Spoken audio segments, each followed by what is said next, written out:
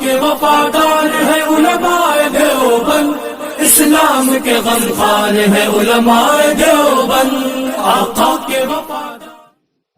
اللہ تبارک و تعالی نے آج کی اس مجلس میں یہ موقع بھی عنایت فرمایا کہ ہمارے سامنے دو طلباء نے قرآن کریم کی حفظ کی تکمیل کی ہے۔ قرآن کریم کے حفظ کا جو دولت ہے یہ اللہ کی طرف سے بیش بہا دولت ہے، اللہ کی طرف سے ایک انعام ہے، اور یہ انعام ایسا ہے کہ جس کا کوئی بدل نہیں ہو سکتا۔ اللہ تبارک و تعالی نے اس کی قرآن کریم کی حفاظت کا اگر کسی انسان کو ذریعہ بنا دے، اس انسان کے لیے اس سے بڑی کوئی سعادت نہیں ہو سکتی کہ خدا نے کسی کے سینے کو اس کا سبب بنا دیا کہ وہ اللہ کے کلام کو محفوظ کرے، اللہ کے کلام کو سینے میں بسائے، اور پھر اس قرآن کی اشاعت کے ذریعے امت کی ہدایت کا سبب بنے۔ اللہ تبارک و تعالی نے بالخصوص ہندوستانی مسلمانوں میں ایک عجیب ذوق و شوق پیدا کیا ہے، اور ہماری پوری تاریخ شاہد ہے کہ مسلمان اس ملک میں ہمیشہ قرآن کریم کے حفظ کے مزاج سے وابستہ رہے۔ شاہ عبد العزیز محدث دہلوی کا زمانہ کون سا تھا؟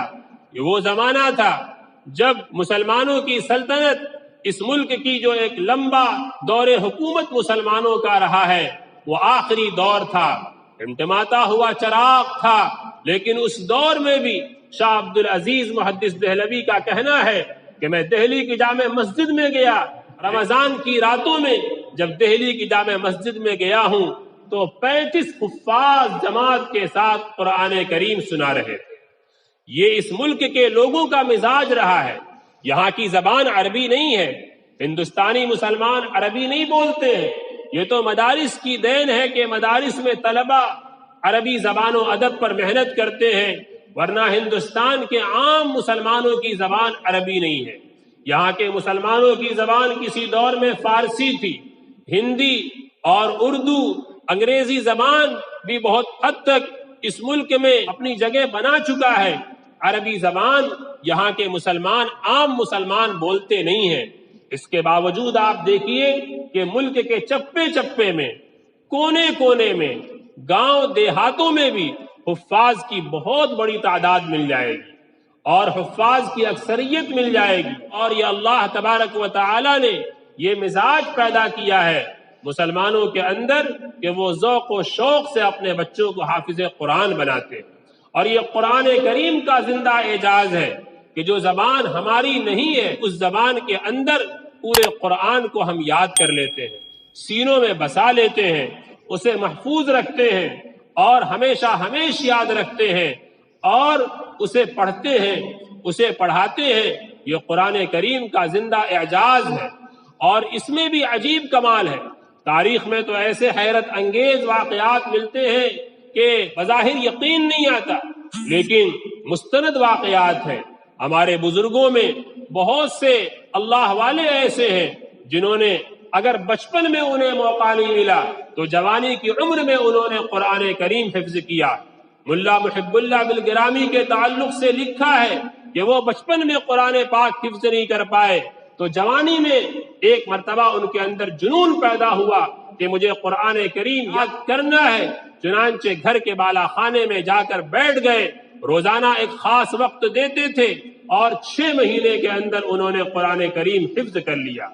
شیخ احمدی جو اودھ کے ایک بہت بڑے بزرگ گزرے ہیں، وہ بڑھاپے کی عمر میں، کتابوں کے اندر آتا ہے کہ انہیں بڑھاپے کی وجہ سے وہ ہمیشہ جو ہے بستر پہ رہتے تھے، تخت پہ لیٹے رہتے تھے۔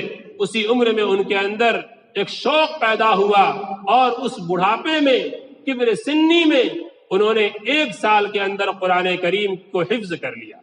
اور ہمارے بزرگوں میں حضرت مولانا قاسم نانوتوی نور اللہ مرقدہ کے حالات میں لکھا ہے کہ وہ ایک مرتبہ حج بیت اللہ کے سفر کے ارادے سے نکلے، رمضان آ گیا اور کوئی تراویح سنانے والا پانی کے اس جہاز میں نہیں تھا، تو انہوں نے ارادہ کیا کہ میں روزانہ قرآن کریم یاد کروں گا۔